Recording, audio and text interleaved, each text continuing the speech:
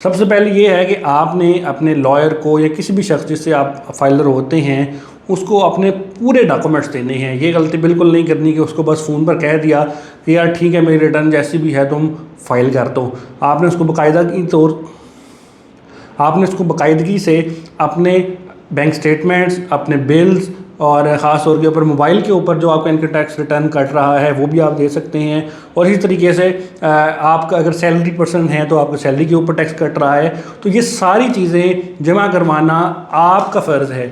آپ یہ یاد رکھیں کہ اس لائر کو یہ چیز نہیں پتہ کہ آپ کتنے پیسے کماتے ہیں اور آپ کہاں پر لگاتے ہیں.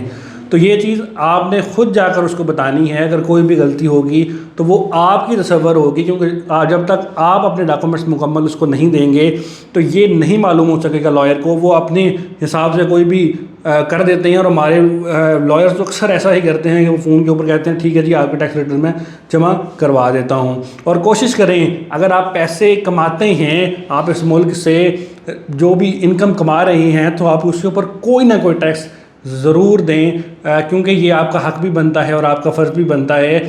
اگر آپ 6 لاکھ سے کم پیسے کماتے ہیں سالانہ، یعنی کہ آپ کی جو ماہانہ انکم ہے وہ 50,000 روپے ہے، تو آپ کے اوپر کوئی ٹیکس لاگو نہیں ہوتا. لیکن اگر آپ 6 لاکھ سے 12 لاکھ روپے تک جاتے ہیں تو اس کے اوپر بھی اب حکومت نے کافی ٹیکس کم کر دیا ہے، یعنی کہ 1% ٹیکس بنتا ہے، جو کہ انتہائی معمولی جو ہے وہ اماؤنٹ بنتی ہے. یعنی کہ اگر آپ 12 لاکھ روپے کما رہے ہیں تو آپ کو اس کے اوپر صرف اور صرف 1% ٹیکس اگر دینا ہے جو تقریباً 12,000 روپے بنے گا. معمولی سی چیز ہے، تو اس کے اوپر آپ لازمی ٹیکس ادا کریں.